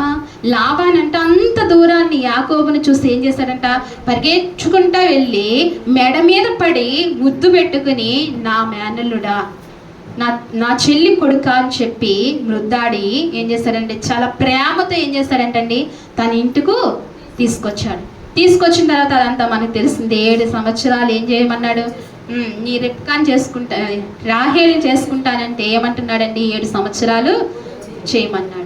చేసిన తర్వాత ఆ సమయం సంపూర్తి అయిన తర్వాత లాబాను దగ్గరికి అడిగినప్పుడు ఆ సమయంలోనే అక్కడ ఉన్న వారిని అందరినీ పిలిచి విందు చేసి ఏం చేశాడండి, రాత్రి వేళ అలాంటి ఆ సమయంలో ఏముండే కాదు లైట్లు ఏమి ఉండే కాదు. ఆ సమయంలో విందు చేస్తున్న తర్వాత ఎవరిని పంపించారండి, లేయాని పంపించారు. పాపం అయ్యగారికి రాత్రి తెలియలేదు, పాపం తెల్లారి తెలిసింది. ఏం చేశారండి, అప్పుడు ఎక్కడికి వెళ్ళి అడుగుతున్నాడు, లాబాను దగ్గరికి వెళ్ళి నువ్వు చేసింది ఏంటి, నువ్వు చేసిన పని ఏంటి, నేను ఎవరిని అడిగాను, రాహేల్ని అడిగితే నాకు లేయాని ఇస్తావా, ఏంటి మామ ఇంత పని చేస్తావా అంటే అంటున్నాడు, అయ్యా అప్పుడు అంటున్నాడు లాబాను అంటున్నాడు, ఊరుకోలా యాకోబు, నువ్వు మోసం గురించి నువ్వు నాతో చెప్తున్నావా, ఏమంటాడు, నువ్వు మోసం గురించి నువ్వు నాతో మాట్లాడుతున్నావు, ఊరుకోవయ్యా, నువ్వేం మాట్లాడవసరం లేదు. లాబానికి అంతా తెలుసు, ఏం తెలుసు, ఇక్కడ మోసగించి వచ్చాడని అంతా తెలుసు. నువ్వు నాకు చెప్తున్నావా మోసం గురించి, దగా గురించి నువ్వు నాకు చెప్తున్నావా, అన్యాయం గురించి నువ్వు నాకు చెప్తున్నావా, ఊరుకోవయ్యా, ఊరుకో, అలా ఉండు అని చెప్తూ ఏమంటున్నాడంటే, రాహేలు కోసమే కదా నీవు కొలువు చేసితివి, ఎందుకు నన్ను మోసపరిచితివని. అందుకు లాబాను, పెద్దదానికంటే ముందుగా చిన్నదాన్నిచ్చుట మా దేశ మర్యాద కాదు. ఏమంటున్నాడండి, పెద్దదానికంటే చిన్నదాన్నిచ్చుట మా దేశ మర్యాద కాదు, మా కుటుంబ మర్యాద కాదు, అలా చేయటం నువ్వేదో కోరుకున్నావని నీకు ఇచ్చేయటం మా మర్యాద కాదు. అంటే లాబాను కుటుంబస్తులు మర్యాదస్తులు. ఎవరండి, మర్యాదస్తులు, చాలా పద్ధతి కలిగిన వారు, దేశం మర్యాదలు పాటించేవారు. ఏ మర్యాదలు పాటించేవారండి, దేశ మర్యాదలు పాటించేవారు. రిబ్కా కుటుంబం చాలా మంచి కుటుంబం, నువ్వు నాకు చెప్తున్నావేంటి, ఇది మర్యాద కాదు, అందుకే ఇలా చేశాను. ఇంకా నీకు రాహేలు కావాలి అనుకుంటే కనుక ఇంకొక 7 సంవత్సరాలు నువ్వు కొలువు చేయని చెప్పి, ఇదంతా మనకు తెలిసిన కదే కదా. యాకోబు ఏం చేశాడండి, మోసం చేశాడు. ఇక్కడ ఏమైపోయాడు, మోసగించబడ్డాడు. అందుకే మనుషుడు ఏ పంట విత్తితే ఆ పంటనే కోస్తాం. మన జీవితాల్లో కూడా గమనించాలి. ఇది ఒక జరిగిపోయిన స్టోరీగా మనకు కనిపించవచ్చు, కానీ మన జీవితంలో కూడా జరుగుతుంది కూడా. మనం ఏది ఎత్తితే అదే కోస్తాం. మనసు అందుకే ఎలా ఉండాలంటండి, మనసు ఎలా ఉండాలి, చాలా నిర్మలంగా ఉండాలి. ఎక్కువగా ఎవరిని ద్వేషించడం కానీ దూషించడం కానీ ఇలాంటివి చేయకూడదు. మూలవాక్యం జ్ఞాపకం ఉందా, మూలవాక్యాన్ని జ్ఞాపకం పెట్టుకోవాలి. మనం ఎక్కడి నుంచి వచ్చాం, కొలస్సీ రాసిన పత్రికలో 3వ అధ్యాయము 25వ వచనము, మరలా వచ్చే వారం కొన్ని వారాలు ఇదే వాక్యం కొనసాగించబడుతుంది, జ్ఞాపకం ఉంచుకోండి.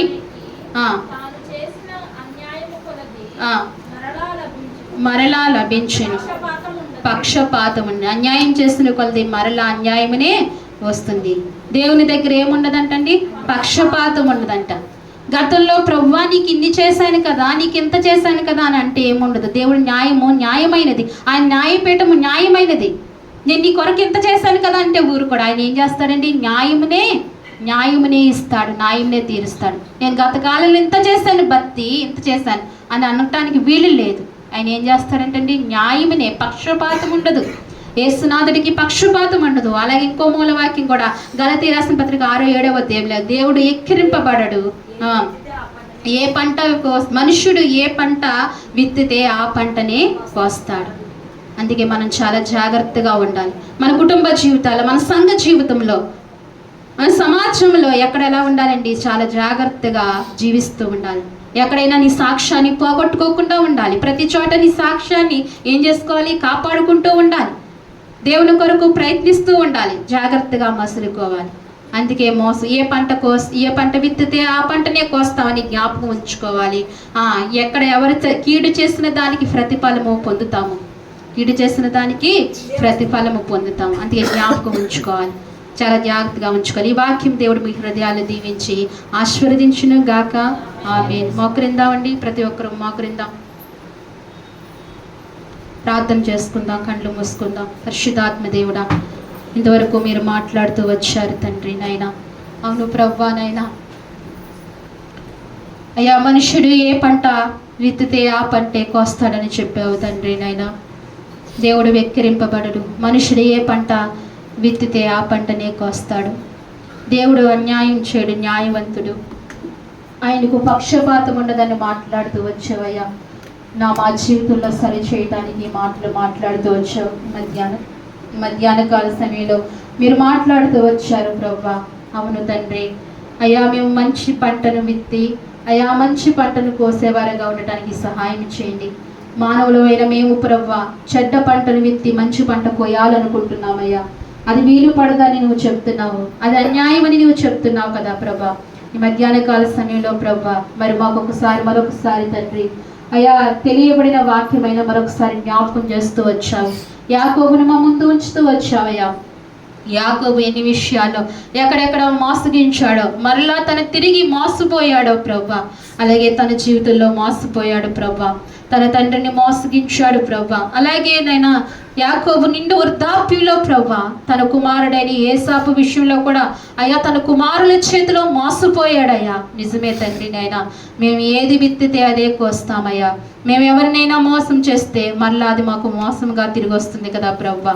అయ్యా ఈ మధ్యాహ్న కాల సమయంలో మీరు మాతో మాట్లాడుతూ వచ్చారు. మరొకసారి మీరు మాకునైనా యాకోబుని మీరు జ్ఞాపకం చేస్తూ వచ్చారు ప్రభా. అయ్యా యాకోబు అయితే ఉన్నతమైన అయ్యా విలువల కొరకే ప్రయాసపడ్డాడు ప్రభా. తన జ్యేష్ఠత్వ హక్కును అయ్యా ఇదిగో మరి యేసుక్రీస్తు వంశావళిలో చేర్చబడాలని అయ్యా తన ప్రయత్నిస్తూ వచ్చాడు తండ్రి. అయ్యా ఇదిగో మరి సహాయం ఇచ్చే ప్రభా.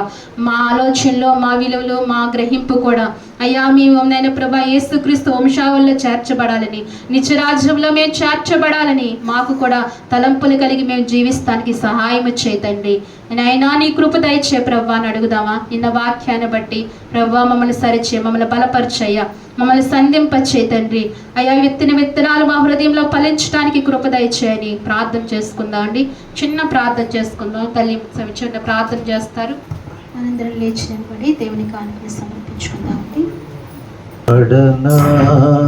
స్తోత్ర గీతం విజయించి పగడనా, స్వామిని స్తుతి చేసి పగడనా. స్తోత్ర గీతం భజించి పగడనా, స్వామి హల్లెలూయా హల్లెలూయా హల్లెలూయా హల్లెలూయా హల్లెలూయా హల్లెలూయా హల్లెలూయా హల్లెలూయా. స్తుతి చేసి పాడనా, స్తోత్ర గీతం భజించి పొగడనా, స్వామి స్తుతి చేసి పాడనా. దానియేలును సింహపు బోనులు కాపాడినది నీవే కదా. దానియేలును సింహపు బోనులు కాపాడినది నీవే కదా. జల ప్రళయములో నోవాహు కాచిన బలవంతుడవు నీవే కదా. జల ప్రళయములో నోవాహు కాచిన బలవంతుడవు నీవే కదా. నీవే కదా నీవే కదా నీవే కదా. హల్లెలూయా హల్లెలూయా హల్లెలూయా హల్లెలూయా హల్లెలూయా. స్తుతి చేసి నే పాడనా, స్తోత్ర గీతం భజించి పొగడనా, స్వామి స్తుతి చేసి నే పాడనా. సమరపీని కరుణకు బ్రోచిన సచ్చరితుడవు నీవే కదా. సమరయ స్త్రీని కరుణతో ప్రోచిన సచ్చరితుడవు నీవే కదా. పాపుల కొరకై ప్రాణమునిచ్చిన కరుణామయుడవు నీవే కదా. పాపుల కొరకై ప్రాణమునిచ్చిన కరుణామయుడవు నీవే కదా. నీవే కదా, నీవే కదా, నీవే కదా. హల్లెలూయా, హల్లెలూయా, హల్లెలూయా, హల్లెలూయా, హల్లెలూయా. స్తుతి చేసి నీ పాడనా స్తోత్రగీతం భజయించి పొగడనా స్వామి. హల్లెలూయా, హల్లెలూయా, హల్లెలూయా, హల్లెలూయా, హల్లెలూయా అని చెప్పి ఆయన ఆహ్వానిస్తున్నారు. మరి అందరూ కూడా రండి. బాలయ్య గారి ఇంటికాడ సాయంత్రం 7:30కు జరుగుతుందండి. కరెక్ట్గా 7:30 అలా వస్తే ప్రార్థన ప్రారంభించబడుతుంది బాలయ్య గారి ఇంటికాడ. గుర్తుంచుకోండి, జ్ఞాపకం ఉంచుకోండి. అందరూ రండి, అందరినీ ఆహ్వానించారు. ఉపవాస కూడిక 11:30కి ఇక్కడ ఈ స్థలంలో జరుగుతుంది. ఉపవాస కూడిక కూడా మీరందరూ తప్పనిసరిగా అందరూ రావాల్సిందిగా చూసుకున్నట్లయితే చివరి ప్రార్థన చేసుకుందాం. అలాగనే సాయంత్రం ఆన్లైన్ ప్రేయర్ ఉందండి. తప్పనిసరిగా అందరూ రావాలి. ఆన్లైన్ ప్రేయర్ పడుతుంది. మరి ఈ నెలంతా ప్రభు మనల్ని కాచి కాపాడారు. మరి నూతన నెలలోనికి ఆయన మనల్ని ప్రవేశపెడుతున్నారు. అందుకే కృతజ్ఞత స్తుతుల కింద, కృతజ్ఞత కూడిక కింద మనం ఈ కూడికను జరిపించుకుందామండి. తప్పనిసరిగా 2-3-2:30 గంటలు ఉంటుంది. ప్రార్థన కూడికి రండి. ఆన్లైన్ అంటే నైట్ అంతా ఉండదు, కానీ కృతజ్ఞత కూడిక కింద దేవునికి కృతజ్ఞతాస్తుతులు చెల్లించుకోవడానికి ఆ సమయాన్ని దేవునికి ఇద్దాము. ఈ నెలంతా కాచి కాపాడిన ఎవరు కూడా కాచి కాపాడలేని పరిస్థితి దేవుడు మనల్ని ఎంతగానో కాచి కాపాడుతూ వచ్చాడు. ఆయనకు కృతజ్ఞతలు చెల్లిస్తూ, ఆయన సన్నిధిలో ఆయనకు అర్పణలు చెల్లిస్తూ, మన హృదయాన్ని ఆయనతో మమేకం వేసుకుంటూ కూడా ఆయన దేవుని స్తుతించాలి. తప్పనిసరిగా అందరూ రండి. మానవద్దండి ఆన్లైన్కు 2 గంటలు దేవుని సన్నిధిలో ఉంటే మరి వచ్చే నెలంతా కూడా నీకు కావలసిన ఈవులన్నీ కూడా ప్రభువే అనుగ్రహిస్తాడు. ఆ నెలంతా ప్రభు ఎలా కాచి కాపాడుతాడో మీరే చూద్దరు. కానీ ఖచ్చితంగా ఆన్లైన్ ప్రేయర్కి కూడా రావాల్సిందిగా మనం వచ్చేస్తున్నాం. 7:30కు ప్రారంభించబడుతుందండి. చివరి ప్రార్థన చేసుకుందాం. మహాపరిశుద్ధమైన ప్రేమగల తండ్రి, మహాగణుడా, మహోన్నతుడా, మీ వందనాలు స్తోత్రాలు. గడిచి నా ప్రభు పరిశుద్ధ ఆదివారం వరకు ప్రభువా నీ రెక్కల చోట్ల మీరు మమ్మల్ని అందరినీ బలపరిచి కాచి కాపాడినందుకే మీకు వందనాలు స్తోత్రాలు చెల్లించుకుంటున్నాం ప్రభువా. ఈ సమయంలో పాటల ద్వారా, వాక్యము ద్వారా, అయా ఇదిగో మరి ప్రార్థన ద్వారా, స్తుతి ఆరాధన ద్వారా, అయా వాక్యము ద్వారా నీ నామం మీరు మహిమ పొందుకున్నందుకే మీకు వందనాలు స్తోత్రాలు చెల్లించుకుంటున్నాం ప్రభువా. అయ్యా ఇదిగోనైనా నీతో గడిపిన ఈ సమయం అంతా మాకు ఎంతో మేలుకరముగా, దీవెనకరముగా మీరు మాకు కలగజేస్తున్నందుకే మీకు వందనాలు ప్రభువా. నీ సన్నిధిలో ప్రభువానైనా ఇదిగోనైనా ఒక దినము గడుపుట కంటే 1000 దినముల కంటే శ్రేష్టమని చెప్పావు ప్రభువా. మరి నీ సన్నిధిలో గడపడం మహాభాగ్యం అంటున్నావు ప్రభువా. నిన్ను ఆరాధించడం మంచి శ్రేష్టం అంటున్నావు. కాబట్టి అయ్యా మిమ్మల్ని ఆరాధిస్తూ మేము వచ్చాము. మమ్మల్ని మీరు జ్ఞాపకం చేసుకోండి. ఈ స్థలం నుంచి మమ్మల్ని భాగ్యవంతులుగా పంపించమని మీ సన్నిధిలో ప్రార్థిస్తున్నాను తండ్రి. అయ్యా సహాయం చేయండి ప్రభువా. ఈ ఆరాధన అంతటినీ మీరు జ్ఞాపకం చేసుకున్నందుకే వందనాలు. నీ ఆత్మతో మీరు నడిపించుకున్నందుకే మీకు వందనాలు స్తోత్రాలు తండ్రి. అయ్యా వచ్చిన నీ బిడ్డలను మీరు జ్ఞాపకం చేసుకోండి. నీ బిడ్డలను మీరు దీవించండి, ఆశీర్వదించండి. పేరు పేరున ప్రతి ఒక్కరిని మీరు జ్ఞాపకం చేసుకోండి. మంచి దీవెనలు వారు పొందుకుని వారి గృహానికి వెళ్ళడానికి సహాయం చేయండి. వారు ఏ తలంపులతో, ఏ ఆలోచనలతో నీ సన్నిధికి వచ్చారో ప్రభువా. అయా ప్రభు ఏ కొదవులతో నీ సన్నిధిలో అడుగు పెట్టారో ప్రభువా. అయా కొదవులన్నీ తీర్చమని మీ సన్నిధిలో ప్రార్థిస్తున్నాను తండ్రి. గొప్ప నెమ్మది, హృదయంలో సంతోషము వారికి దయచేయండి. మంచి ఆరోగ్య స్వస్థతలు మీరు అనుగ్రహించమని ప్రార్థిస్తున్నాను తండ్రి. సహాయం చేయండి ప్రభువా. నువ్వు గొప్పవాడుగు తండ్రి నాయనా. అవును ప్రభువా నాయనా, ఇంతవరకు మీరు మాతో మాట్లాడుతూ వచ్చారు ప్రభువా. ఇదిగో తండ్రి నాయనా, నైనా దేవుడు న్యాయవంతుడు, అన్యాయము చేయడని నువ్వు మాట్లాడుతూ వచ్చావు ప్రభువా నైనా. అలాగే నైనా మనుషుడు ఏ పంట విత్తుతాడో ఆ పంటే కోస్తాడని నువ్వు మాట్లాడావు ప్రభువా నైనా. అవును తండ్రి, దానికి మాదిరిగా నైనా మా మధ్య యాకోబును ఉంచుతూ వచ్చారు ప్రభువా. ఆయన జీవితంలో జరిగిన కొన్ని సంఘటనలు మాకు జ్ఞాపకం చేస్తూ వచ్చారు ప్రభువా నైనా. అతను ఎక్కడ ఎవరితో మోసపరిచాడో ప్రభువా, అలాగనే తిరిగి అతను ఎక్కడ మోసపోయాడో ప్రభువా మీరు మాకు చూపిస్తూ వచ్చారు నైనా. అవును నైనా, కీడుకు ప్రతి కీడు అనుభవిస్తామని నువ్వు మాట్లాడుతూ వచ్చావు అయ్యా. ఇదిగో మరి మేలుకు ప్రతి మేలు అనుభవిస్తామని నువ్వు మాట్లాడుతూ వస్తావు తండ్రి. దేవానికి స్తోత్రాలు అయ్యా. మేలు చేసిన వారికి మేలు చేస్తానంటున్నావయ్యా. అయ్యా, కీడు చేసిన వారికి కీడు చేస్తానంటున్నావు ప్రభా. మరి అలాగనే తండ్రి మా హృదయాలు మేము పదులపరుచుకుని భద్రపరుచుకుని తండ్రి నాయన అయ్యా మేలు అయిన వాటి కొరకే మేము పరిగెట్టడానికి కృప దయచేయమని నీ సన్నిధిలో ప్రార్థిస్తున్నాము తండ్రి. మీరు మాట్లాడిన విధానము కొరకే మీకు వందనాలు స్తోత్రాలు తండ్రి నాయన. అయ్యా, నీ ఉన్నతమైన ఉద్దేశాల కొరకు నాయన ప్రభా, నీ చిత్తానుసారము కొరకు మేము నడిచే భాగ్యాన్ని మాకు దయచేయండి. నీ ఉద్దేశాలు నెరవేర్చే వారముగా మేము ఉండటానికి సహాయము చేయండి ప్రభా. నీ వాక్యము మా హృదయంలో పదిలపరచండి ప్రభా. నీ వాక్యము విలువైనది ప్రభా. నీ మాట అమూల్యమైనది ప్రభా. అయ్యా, ఈ అమూల్యమైన మాటలు మా హృదయంలో మీరు ఉంచమని ప్రార్థిస్తున్నాను తండ్రి నాయన. అయ్యా, ఇదిగో మరి మా జీవితాలకు నైనా ప్రభా గొప్ప వెలుగును మీరు దయచేయమని ప్రార్థిస్తున్నాం. అయ్యా, ఇదిగో మరి నైనా ప్రభా నైనా నీ మాటల ద్వారా వెలుగు కలిగినని చెప్తున్నావు కదా ప్రభా. నీ మాటలు విన్న ప్రతి హృదయంలోనైనా ప్రభా అయా వారి హృదయాలు వెలిగింపబడటానికి సహాయం చేయమని నీ సన్నిధిలో ప్రార్థించుకుంటూ నైనా మీకు వందనాలు స్తోత్రాలు చెల్లిస్తున్నాం దేవానికి స్తోత్రాలు. వచ్చిన నీ బిడ్డలందరినీ జ్ఞాపకం చేసుకోండి. పెద్దలకు మంచి ఆరోగ్యాలు దయచేయండి, మంచి స్వస్థతలు దయచేయండి, వారికి హృదయానికి నెమ్మది దయచేయమని ప్రార్థిస్తున్నాను తండ్రి. ఏ అవసరతతో ఏ బిడ్డ వచ్చారో ప్రభా ప్రతి బిడ్డ అవసరత తీర్చండి. ఇక్కడ యవన బిడ్డలు ఉన్నారు ప్రభా, వారిని మీరు జ్ఞాపకం చేసుకోండి. రానున్న దినాల్లో నీ కొరకు తండ్రి ప్రభా అయ్యా ఇదిగో బ్రతికే బిడ్డలుగా ఉండటానికి సహాయం చేయండి.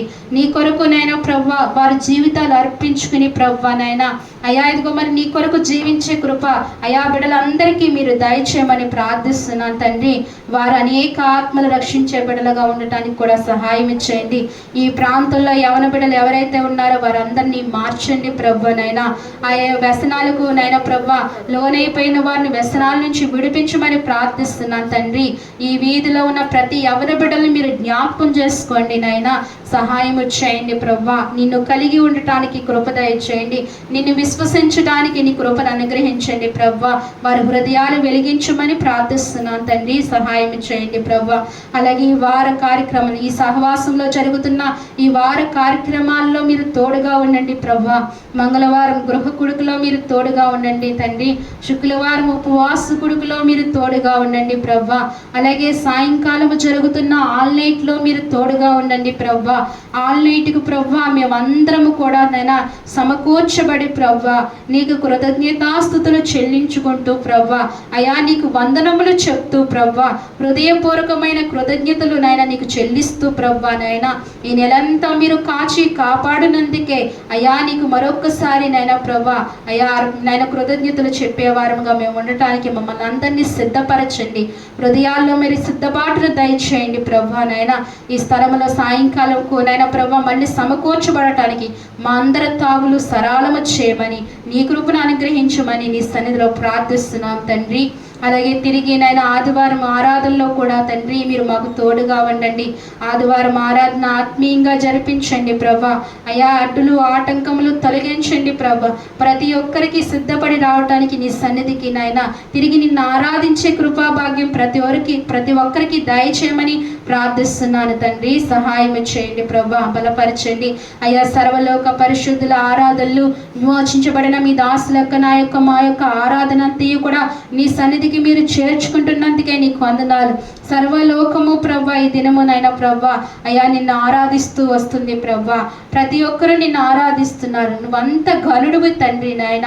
అయా వేవేలులో అయా వేల్పుల్లో నీ వంటి వారు ఎవరూ లేరు ప్రభా. దేవా నువ్వు నైనా అంత గనుడివి, అంత సుందరుడివి తండ్రి నాయన, మహోన్నతుడివి తండ్రి, నీకు స్తోత్రాలు అయ్యా. ఇదిగో మరి ఆరాధించిన ప్రతి హృదయాన్ని మీరు దీవించి ఆశీర్వదించి పంపించమని అయ్యా, వచ్చిన బిడ్డలను దీవించమని, రానున్న బిడ్డలను కూడా అయ్యా, రావాల్సిన బిడ్డలను కూడా మీరు నాయన ప్రభువా అయ్యా ప్రతి నాయన వారం నీ సన్నిధికి నడిపించి నీ నామాన్ని మహిమ పొందుకోమని ప్రార్థిస్తూ తండ్రి, మా సంఘ సరిహద్దులు విశాలపరచమని, సంఘ కార్యక్రమాలన్నీ కూడా తండ్రి ఇంకా ఉజ్జీవంగా తండ్రి నాయన, ఇంకానైనా తండ్రి నాయన అనేకమైన కార్యాలు జరగటానికి సహాయం చేయమని, నీ కృపను అనుగ్రహించమని, ప్రతి బిడ్డను కూడా మీరు దీవించి ఆశీర్వదించమని, ఈ ఆరాధన అంతట్లో తండ్రి నాయన నీ ఉంచి నడిపించినందుకే మీకు వందనాలు స్తోత్రాలు చెల్లించుకుంటూ, అలా మిగిలిన సమయాన్ని కూడా ఆశీర్వదకరంగా మేలుకరంగా జరిగించండి. రామా విందును కూడా మీరు జ్ఞాపకం చేసుకోండి తండ్రి. ఆ విందును మీరు శుద్ధిపరిచి నాయన ప్రభా మీరు దీవించి ప్రభా అన్ని మేము నాయన తీసుకుంటుండగా తండ్రి నాయన మీరేనైనా మాకు సహాయం దయచేయమని స్తుతించి ప్రార్థించి మా ప్రియరక్షకుడైన యేసుక్రీస్తు నామములో అడిగి వేడుకుంటున్నాము తండ్రి. మన తండ్రి అయిన దేవుని యేసుక్రీస్తు కృపయు పరిశుద్ధాత్మ అన్యోన్య సహవాసము మనకు మన కుటుంబాలకు సార్వత్రిక సంఘానికి ఇప్పుడును ఎల్లప్పుడును సదాకాలము దేవుడు తోడైండి నడిపించును గాక. ఆమేన్. యేసు రక్తమే సులువు, యేసు రక్తమే జయం, ప్రవేశ రక్తము సంపూర్ణమైన విజయం కలుగును గాక. ఆమేన్, ఆమేన్, ఆమేన్.